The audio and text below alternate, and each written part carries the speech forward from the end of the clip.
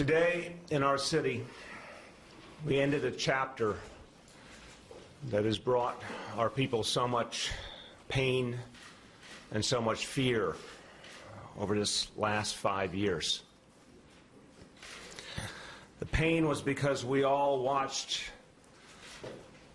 a human being die before our eyes on a video. Watched a man who should be still alive today.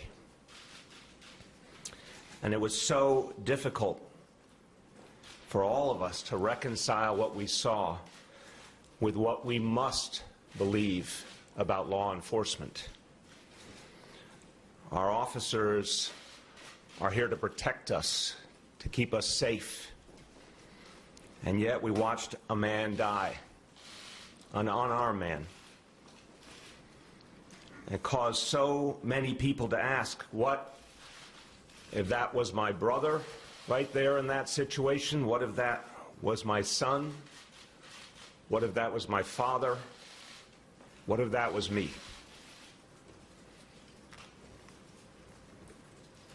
The fear was because for a long time people wondered if we would be left without justice.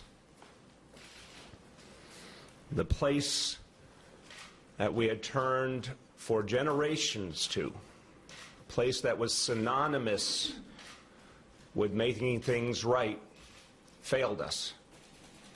The United States Department of Justice, absent and unwilling to act, even to come to any decision for 5 long years. But today, we have finally seen justice done. Today, we saw the NYPD's own disciplinary process act fairly and impartially. For years, people have questioned whether a police department can provide justice for all, and we watched a fair and impartial trial. We watched an objective decision by a deputy commissioner of the NYPD, affirmed by the first deputy commissioner and affirmed by the police commissioner. Justice has been done. And that decision has resulted in the termination of Officer Pantaleo. For the Garner family that has gone through so much agony for so long and has waited this long just to have one trial finally conclude with a decision, I hope today brings some small measure of closure. Today will not bring Eric Garner back, but I hope it brings some small measure of closure and peace to the Garner family. Now we have to look beyond this tragedy, because our city is at a pivotal moment. And I'm reminded of what Dr. King taught us, paraphrasing him. In moments of suffering or difficulty, there are 2 ways we can respond. We can react with bitterness and division, and we can be trapped by the sins of our past. Or we can transform the suffering into progress. We can find redemption. We can use a moment like this to turn it into something better, to move ourselves forward. And that is for all of us to do. We can't have the illusion that someone else creates a better society. That is for all of us to do. And we have to do it.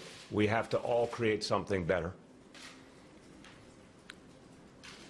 And I see this as a sacred mission we all must take on. We must devote ourselves to this simple goal, that no person, no family, no community should ever go through the agony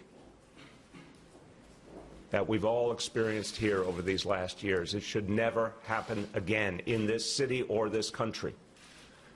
That is the only goal that is acceptable. Let this be the last tragedy. To actually get there, we all have to confront our history honestly. And it's not a history that we can always be proud of. It's something that we have to own up to and deal with. But I know that the NYPD of today is a different institution than it was just a few years ago. I know the NYPD has changed profoundly. I know that members of the NYPD learned the lessons of this tragedy. They acted on it. They did something about it. It is a beginning, but we have a lot more to do, and the change has to get deeper and deeper. And that is not a top-down enterprise. That is for all of us to do.